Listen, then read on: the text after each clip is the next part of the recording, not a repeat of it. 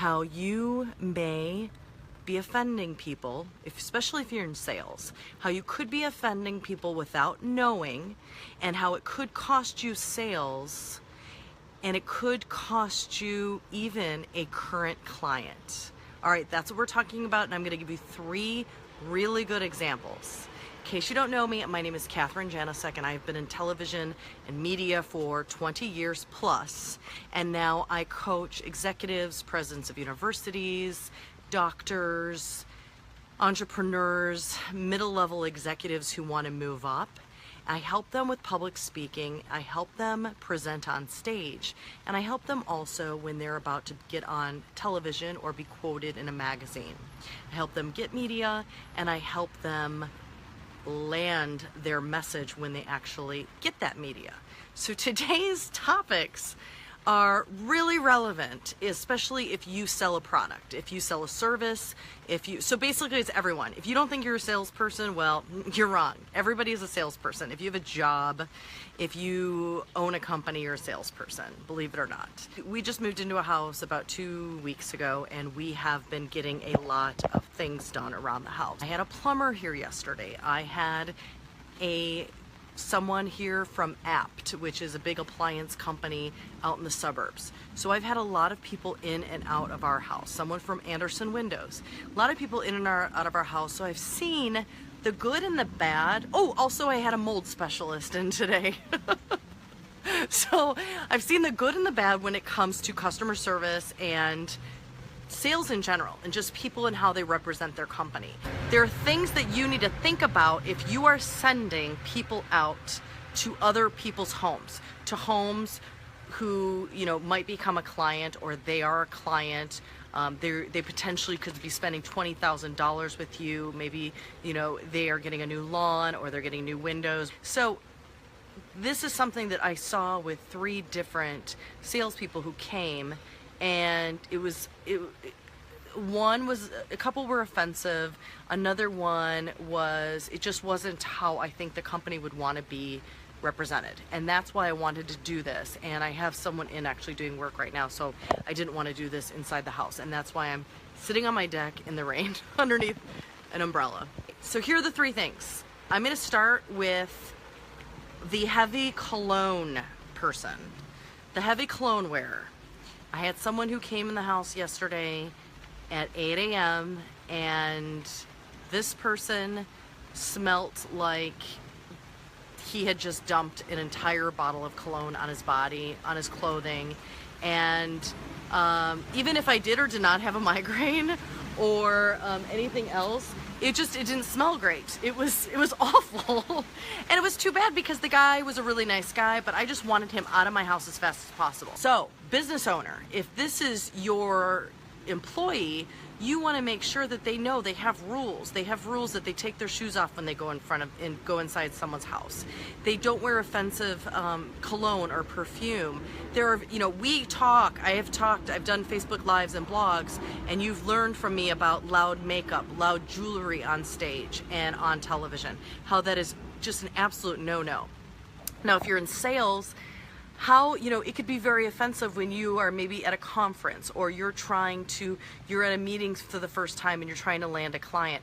Having a client not be able to be close to your employee and close to your salesperson, they could really ruin it. The person just wants they want to get in and out of that meeting as fast as possible if that person has really heavy duty cologne on or perfume. So the first offense is smelling bad because you have a ton of, could be the most expensive cologne or perfume in the world, but please make sure to coach your employees. They could be working in a store, they could be going into people's homes. You could just be presenting, say it's you and you're presenting in front of a small group or a big group. You want to be able to go up and shake someone's hand and talk to them and really reach them, and you cannot reach them if the person doesn't want to get close to you, right? So cologne, just if it's something that a memo needs to go out, that's a big no, heavy colognes and perfumes. The second one is smoking. Like, I don't care, if you smoke, but don't, this plumber that came in yesterday, He reeked so badly. His hands, it was coming out of his pores. It was coming out of his clothing. He shook my hand. He was super polite. It was great. I love learning from people who are going to teach me what's, my plumbing and what's wrong and how I can fix something myself. This was a dishwasher hookup that was wrong. But I like to learn from these people, and I could not get down in the trenches and see what he was doing. I couldn't get close to him because he reeked so badly, and my kitchen smelt like it. And I don't care what he does in his own time, but he smelt like he smoked an entire pack of cigarettes and then came into my house. So that's another thing for employees, just to, if they're, coming into somebody's house, if they're going into a meeting, have that cigarette afterwards. Go enjoy that on your own. We could be talking about eating, fish or anything else that's odorific, that's entirely terribly offensive.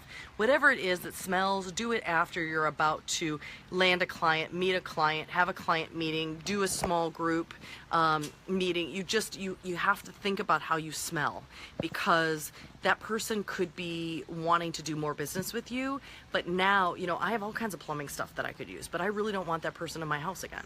So I will never book that plumber. Period. End of story. So they have lost my business. All right. So the third thing is the person who sounds out of breath and very nervous.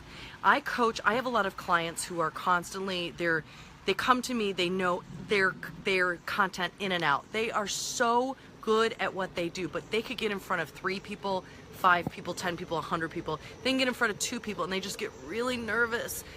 They get really tight, and all of their sounds like it's up here at the top of their, it's not in their diaphragm, it's way up top, and they sound so nervous, and they're a very shallow breather.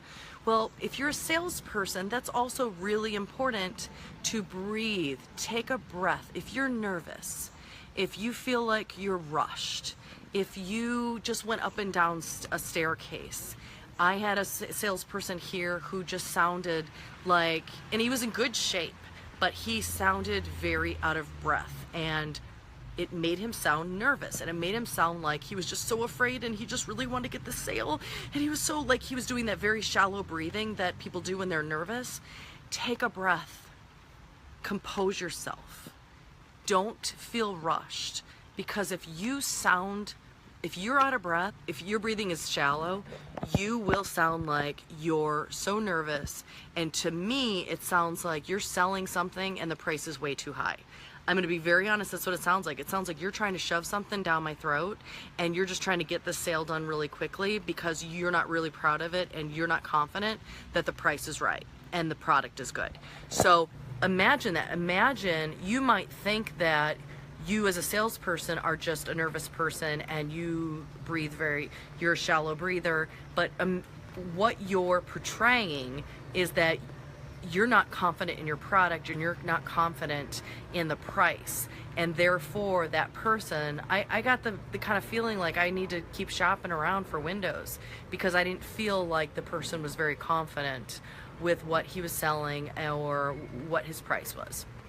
So those are the 3 things. So, and this is not just if you're going to get up on stage and do public speaking, or if you're going to get some media time. This can be for someone who sells a product or sells a service, walks into people's homes, or goes and has to present in front of 12, 5 people, 1 person. You might just be a shallow breather, or you might just be out of breath because you went up some stairs. So the tip is to slow down, take a deep breath, stabilize your breathing, stabilize your voice so you don't portray that message of you being nervous and not confident. Slow it down, and that way you will be in charge of your breathing, and you will be in charge of your sound and your delivery. And there's so many exercises you can do to control that if you actually just are a shallow breather. And I can help you with that if you'd like. So my name is Kathryn Janicek, and I really appreciate you joining me.